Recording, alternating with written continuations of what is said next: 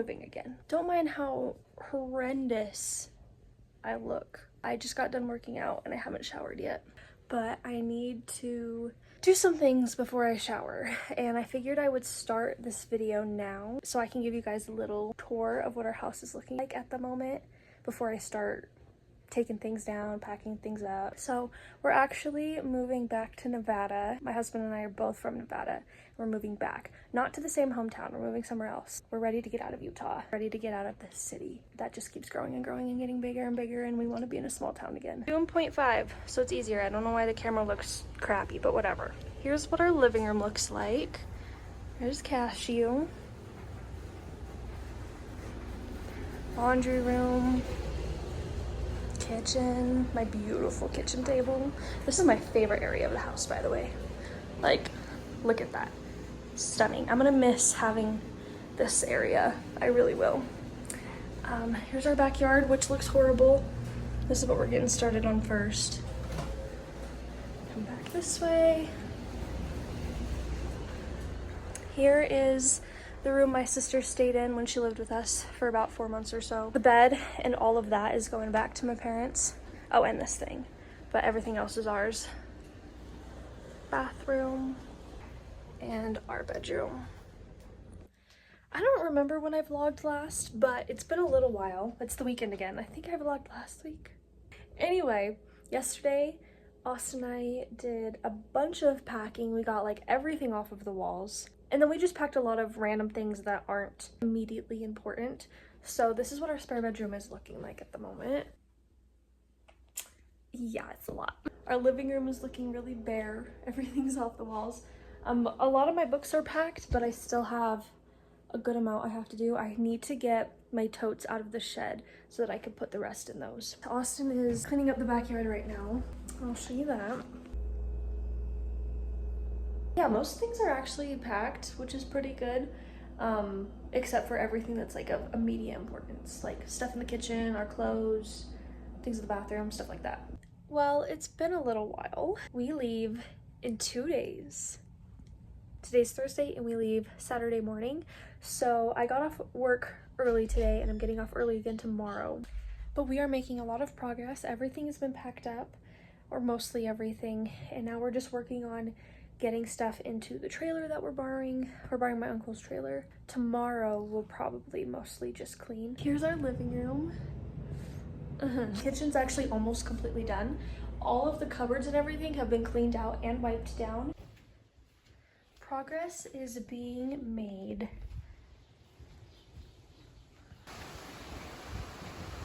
It is 8 p.m. We just had dinner and relaxed for a little bit. Austin is giving Cash a bath because he's a dirty dog. I think I'm gonna go on a walk. Usually I'd go with Cash, but he's getting a bath right now, so we don't want to get him dirty. But I think I'm gonna go by myself because near our house is a walking path that I literally fell in love with since we first moved here. And I've gone on so many walks over there and I'm really gonna miss it. And I realized that I don't know if I'm gonna be able to go on another walk over there. So I'm like, I'm gonna go on one last walk. And I'm a very sentimental person, so I'm like, I went on a walk a few days ago over there, but I'm like, I need to go on a walk and be able to just really soak in the fact that it's my last walk over there because I really love it.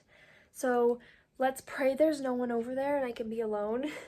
But that's what I'm gonna go do, and I will show you guys some of my favorite spots.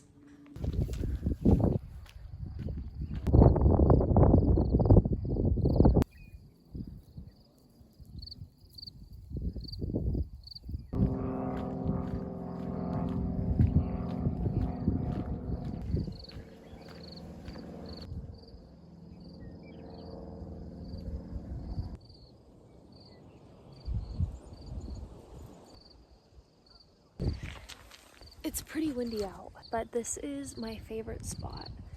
Just to sit here in the dirt by this tree. It's just like so peaceful right here. And I am really gonna miss this spot.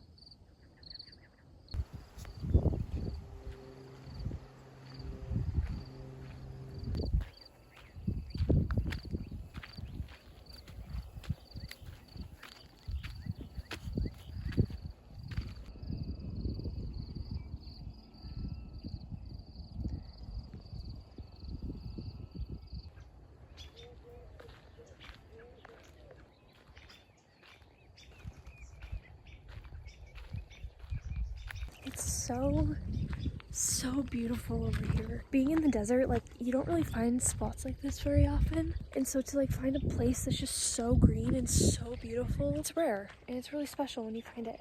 Oh, look at these. What are these? They're like foxtails, but like a different kind. They're soft. Whoa.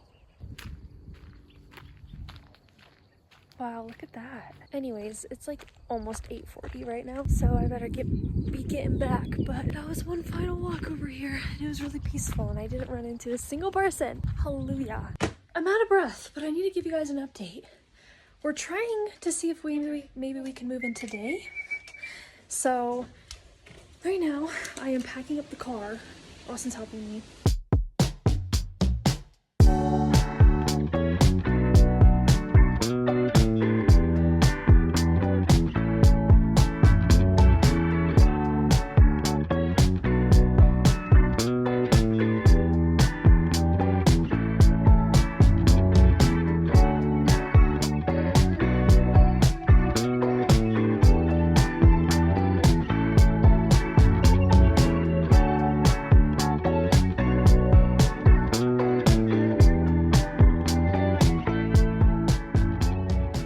Almost 5 p.m. and we're just about done. Austin just mopped, which I actually need to turn this thing. Okay, yeah, everything is pretty much done. We're just doing the last little few second things. What am I saying? And then we have to put all of this into something. The truck, the car, the trailer, I don't know. I'm gonna go actually check the mail one more time and then find Finn, my cat, and then we're good to go.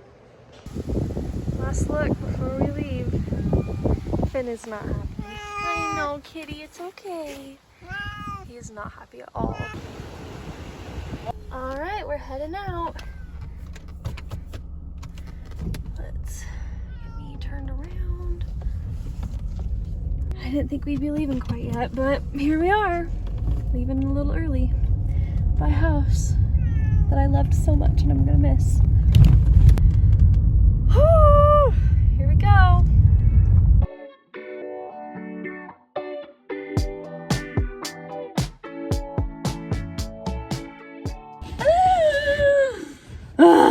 We've gotten like 5 minutes out of town, 10, and already something's going on with the tire on the trailer. I don't know what, Austin's figuring it out, but it started smoking and I was like, what the heck is that? And luckily we were really close to an exit, so we got off, but oh man. At least the view is pretty. This tire's all like wonky. Literally look at this view. So beautiful. Update. It's 9:30 and we're still here. Can't figure it out. Well, could figure it out, but it needs a shop. It's that bad. Hello, why isn't this charging? But we talked to my uncle, whose trailer it is that we're borrowing, and he said to just go on 3 wheels.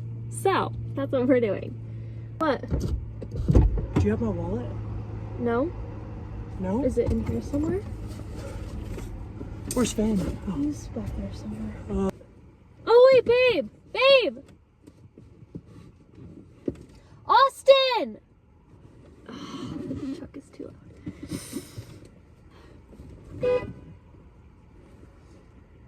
Oh, are we going? I guess we're going. I'm not sure. Alright, I know this lighting is garbage, but we made it. The trailer is doing good, surprisingly. Somehow it's made it all the way here on 3 tires. We're almost to our new home. Stop it. Also, Finn is being adorable. He's doing good. He's been laying in my lap this whole time. There's our home. Oh, look, there's Cash. We made it! Why is my face so red? Okay, whatever. Finn is exploring. Come on. Let's do a quick house tour. All right, this is the front door, and I guess we'll just go this way really fast. Oh, well, the doors are shut. I haven't even been this way. Okay, here's a 1 bedroom. This one's super tiny, but that's okay. This is the other bedroom. Hello? Oh, there's no lights in this room. Okay, whatever. Bathroom. And then go back this way. Living room. And kitchen, which I love that the kitchen and the living room are connected. So when I'm sitting here and I'm like doing dishes or I'm cooking, I can watch TV. Hell yeah. Anyway, that goes outside, laundry, and then other bathroom and master bedroom, which is bigger than I remember, which is really lovely. Yay! I didn't show it yet, but here is the yard. Huge yard. We have a tree. We have this huge deck. Like, are you kidding? Okay. Looks like he put it up on a jack, but yeah, this is how we drove here. Just like this.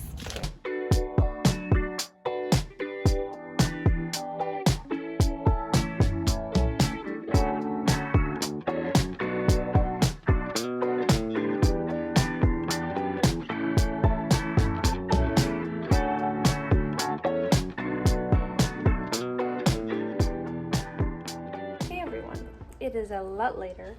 It's like 3 o'clock. Oh, that's gonna be really loud. Hope you can hear me. Our AC unit is so loud and humongous too. But I mean, it gets up to like 120 degrees here in the summer, so we need AC. All day we've just been unpacking and unloading. I wanted to try to show you guys the tire again. We drove 130 miles on 3 trailer tires, which is insane. Praise God, because we would not have been able to make it here without him. Okay, besides the jack, obviously, that is how we drove. The whole way. With this trailer fully loaded, you guys saw. It's beyond me how that happened. I don't know, I'm just so baffled that we were able to do that. It's so warm here. It feels so amazing. Like, look at what I'm in. I'm in a tank top and shorts in May, which is normal to me. Like, where I grew up in Nevada, that was pretty normal. But when I was in Utah, that was not normal. It was so cold there all the time and I freaking hated it. And being here, like the summers I know are gonna be hellish. I'm aware.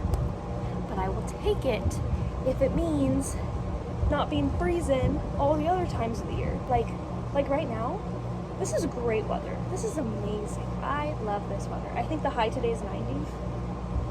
I know there's people who hate the heat and die in the heat and can't handle the heat. I love the heat. I love it. There's still a lot of unpacking to do, a lot of organizing to do, but I'm gonna show you guys where we're at. First of all, as you can see, the trailer is almost completely empty. Oh, I put our mat here. Wanna go in, Kesh? Here is the kitchen. Got my table there. Oh, living room.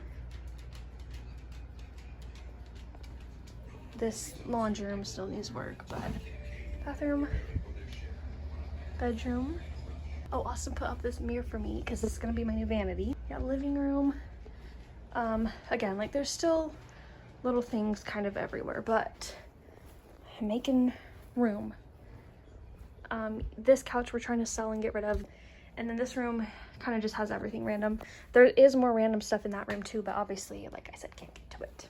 But yeah, everything is starting to come together and I love it. Anyway, I have this hummingbird feeder. This was in like an old house. Oh, is that spider web? So I took it and it's glass and it has these cute hummingbirds on it. Like, it's so cute. So I'm gonna clean it up and then I'm gonna make some hummingbird food or whatever. And then hang it outside and see if any hummingbirds come.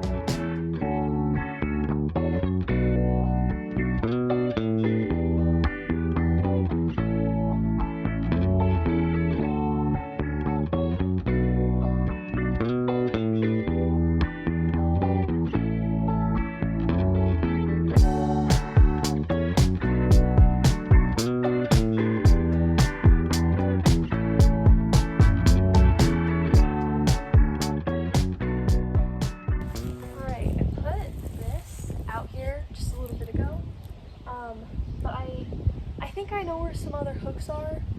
Because I was thinking I could like drill into the tree like somewhere and then put this on it, but I don't want to dig them out right now, so I'm just gonna replace this.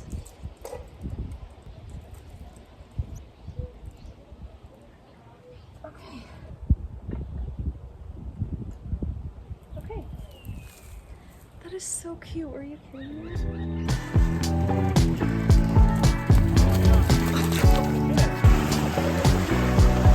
Car? Say taxi.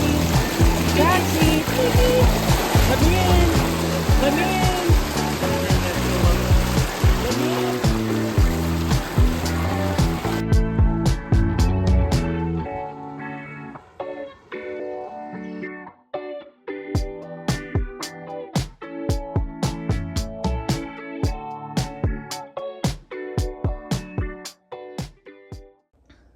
It's been a couple days. We've been getting settled in. The house is pretty much how I want it. There's still a few little things here and there. My bookshelf is still a work in progress. I kind of just threw them all on here for now, but I still gotta rearrange them. But I wanted to end this video by kind of talking a little bit because this moving experience was kind of insane. And it's really been making me reflect and really just think and wonder how people don't believe in God. It makes me really sad for the people who don't know God and don't have a relationship with him. And I don't know how people can get through this life without him, without knowing that they can trust him, without relying on him, because I certainly can't. I would not have been able to keep a good composure and a clear mind this whole moving experience without him. So I kind of just wanted to like explain a little bit more and maybe, I don't know, help some people who are kind of questioning about God or wondering, or maybe have no idea who he is, and just help anyone, because like I said, I don't know how people get throughout this life without him. I couldn't. Let's rewind a little bit. I'm gonna try to make this as quick as possible. This whole moving experience has been like stressful because we had a really good thing going where we were living. We just weren't happy. Austin had a good job. I had a good job.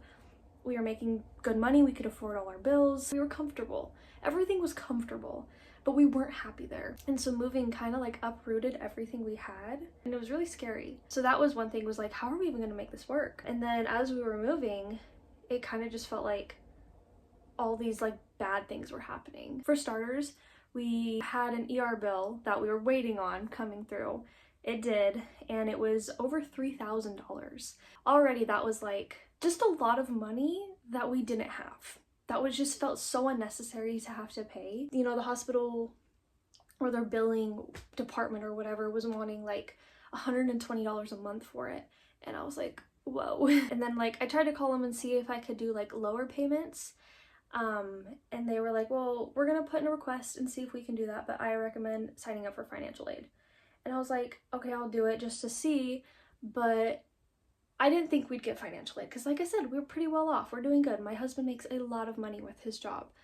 Not a lot, like I sound like we're rich, but how I felt was they were gonna deny us because he makes a lot of money an hour. The billing department just told me sometimes they can help with $50 or $100. Sometimes it's barely anything, but it's better than nothing. So I was like, okay, fine, I'll try. So I applied. I think it was a few days before I had applied for the financial aid actually. We had gone down to my hometown to pick up the trailer that we were using to move here. It's my uncle's.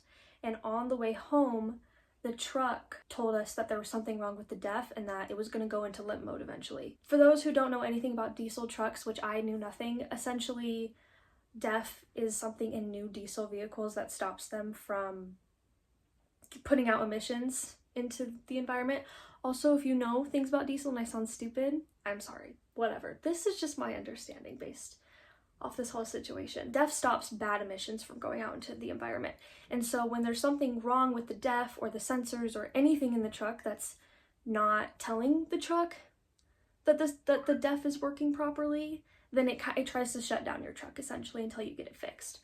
So we had like 100 miles until our max speed was 65 miles per hour.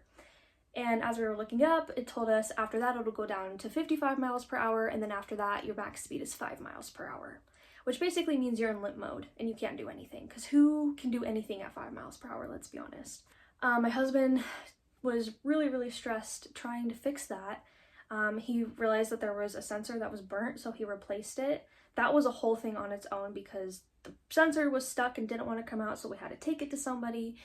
And it was a whole thing. It was a whole thing trying to replace that sensor. Once we replaced it, that code still wasn't going away. So we're sitting here freaking out, like, how are we gonna make this trip? Our move is 130 miles. How are we gonna make this work? We're stressed about this $3,000 ER bill we have, about the truck trying to go into limp mode on us, and we're just kind of freaking out. But we're like, you know what? We trust God. We're freaking out right now, but we trust him. He's gonna make it work. He's gonna make a way. During this time, because this was like all within a week, this was all happening. I had seen this video on TikTok, and this girl was saying how God will put you in impossible situations to show you that he can make a way in impossible situations. I told that to my husband, and we were just holding on to that hope, like, okay, this seems impossible right now, but God's gonna make a way. I think at this point we had like 20 miles left on the truck till it went down to 65 miles per hour. We didn't know how many miles we were gonna have after that. So we leave. I think we got like 15 miles out of town or so, and obviously, as you saw, the hub on the trailer tire went out completely. And we sat there for like 3 hours while my husband tried to fix it, and it just would not work. And finally my uncle was like, just take it. Just take it on 3 wheels and hope you make it. And we're like, okay, if you say so. And we're like really down at this point, because we're like, oh my gosh. Now not only is the trailer gonna potentially just fall apart while we're on the freeway, but then there's also the truck trying to go limp on us. Oh, I forgot. I completely forgot. The morning we left, I had heard back from the financial aid. Sorry, I know I'm kind of jumping between two things right now, but it all happened at once. I got a notification that my results, I guess, for the financial aid were in. And I went and I looked at it, and I was like, this is not gonna be good. I already know what it's gonna say. And we were approved. And I'm like, okay, good, but how much? And I was like, it wasn't really telling me, but then I logged into my account. They paid for nearly all of it. Over $3,000 ER bill was down to $400. That was it. That was it. And I didn't think we'd qualify for anything. I literally started crying immediately.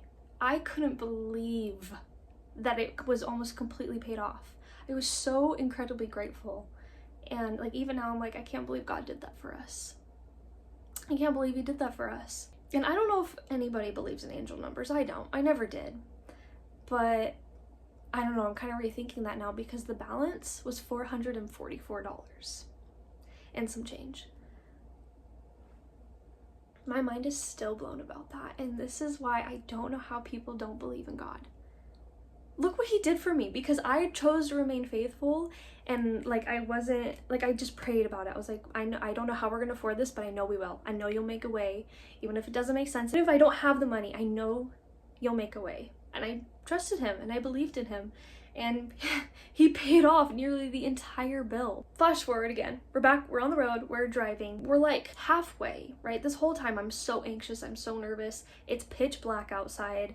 I'm like staring at the trailer, making sure it's not tipping. I'm making sure everything's looking good. I'm making sure none of the other tires are smoking. And I'm just praying. I'm praying and I'm praying and I'm praying. And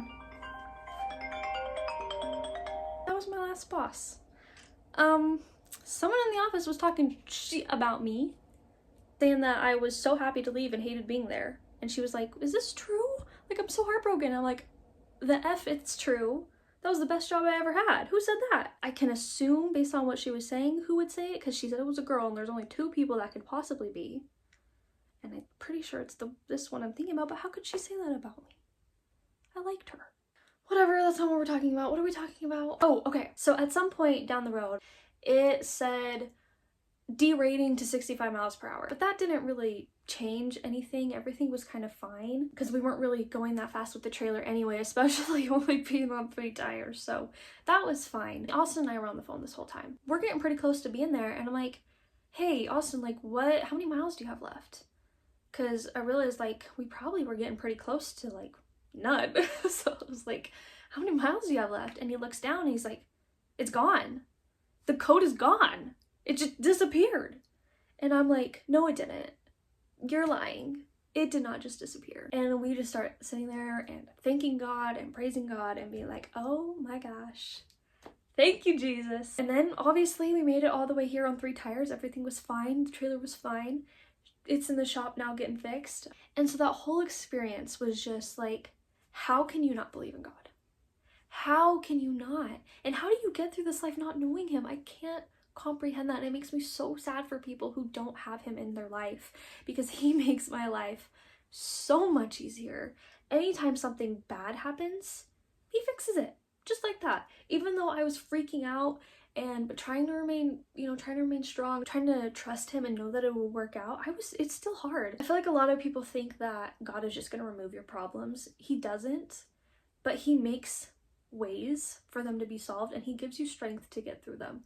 And so I truly believe that because we remained so faithful and chose to trust God even when things didn't make any sense, that was why we were so blessed for the code to just disappear like that, for our hospital bill to be paid off, for us to be able to make it here on only 3 tires and there be no other complications.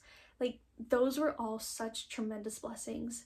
And I wanted to talk about this to hopefully get people who don't know God and don't believe in God to maybe like, why not try? Why not try to talk to him? Why not try to get a relationship with him? Because there's so much that he can do for you.